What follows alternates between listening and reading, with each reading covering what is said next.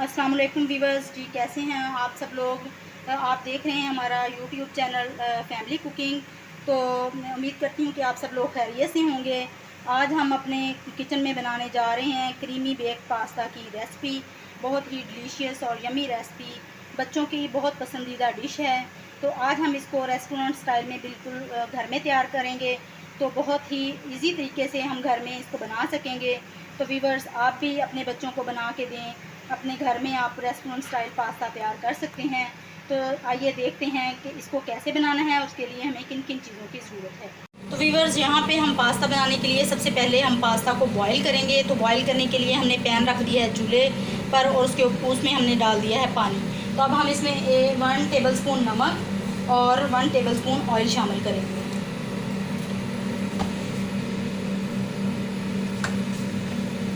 1 tablespoon oil. तो जब इसको बॉयल आ जाएगा तो तब हम इसमें पास्ता शामिल करेंगे। दिखाते हैं आपको जब बॉयल आएगा। व्यूअर्स, पानी हमारा बॉयल हो चुका है। अब हम इसमें अपना पास्ता शामिल करेंगे। ये पास्ता है मेरे पास तकरीबन 4 कप। 4 कप पास्ता आज मैं इसलिए ले रही हूँ कि आज मेरे बेटे की बर्थडे है। तो ये उसी हवाले से मैं आज पास्ता बना रही हूँ। हमारे घर गेस्ट आए हुए हैं, उनके लिए मैं ये पास्ता तैयार कर रही हूँ। तो इसलिए मुझे ज़्यादा मिकदार में आज पास्ता बनाना पड़ा है। व्यूअर्स, यहाँ पे मैक्रोनी हमारी बॉयल हो चुकी है, हमने इसको छान के निकाल लिया है। तो अब हम चलते हैं अपने नेक्स्ट स्टेप की तरफ।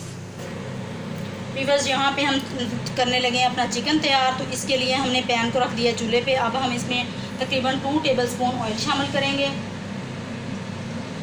और इसको गर्म करेंगे। ऑयल हमारा गर्म हो चुका है। अब हम इसमें प्याज शामिल करेंगे बारीक चॉप किए हुए। ये 2 अदद प्याज हैं जिनको मैंने बारीक चॉप कर दिया। प्याज को हम लाइट कलर आने तक फ्राई करेंगे।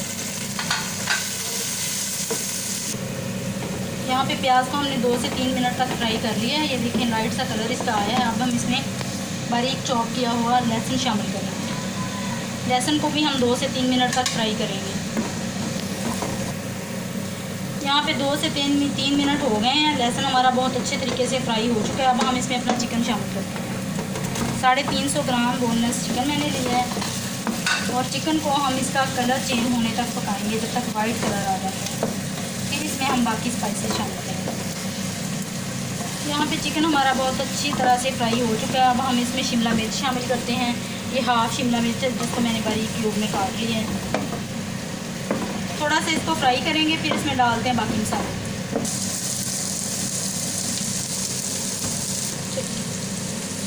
शिमला मिर्च को हमने तकरीबन 2 मिनट तक फ्राई कर लिया। अब हम इसमें हाफ टी स्पून से भी थोड़ा सा कम नमक शामिल करेंगे, क्योंकि नमक हम मैक्रोनी में भी शामिल कर चुके हैं और जो हमने वाइट सॉस बनाना है उसमें भी हम नमक डालेंगे, क्योंकि नमक तेज़ हो जाएगा। आप अपने टेस्ट के अकॉर्डिंग डालें। 1 टीस्पून सफ़ेद मिर्च का पाउडर शामिल कर रही हूँ। 1 टीस्पून पेपरिका पाउडर शामिल कर रही हूँ। मिक्स करेंगे। अब इसमें मैं सॉसेज ऐड करती हूँ। ये है मेरे पास टमाटो प्योरी, तकरीबन 2 से 3 टेबलस्पून ये शामिल करूँगी।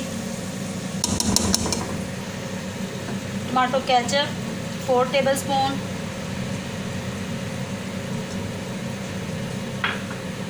Chilli garlic sauce 3 tablespoon.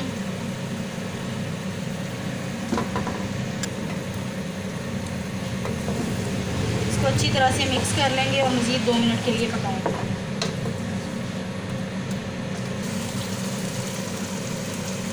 यहाँ पे अब हम इसमें शामिल करेंगे ओरिगेनो लीव्स 1 टेबलस्पून।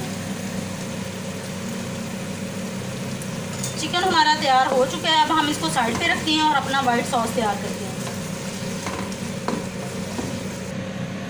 व्यूअर्स, यहाँ पे अब हम अपना वाइट सॉस तैयार करते हैं। तो इसके लिए हमने पैन को चूल्हे पे रख लिया और अब हम इसमें 4 टेबलस्पून ऑयल शामिल करेंगे। कुकिंग ऑयल शामिल कर रहे हैं हम इसमें।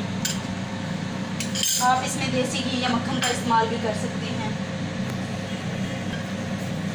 अब हम इसमें इसको थोड़ा सा गर्म कर लेंगे और फिर इसमें शामिल करेंगे मैदा और इसको हम भूनेंगे इसका कलर चेंज होने तक।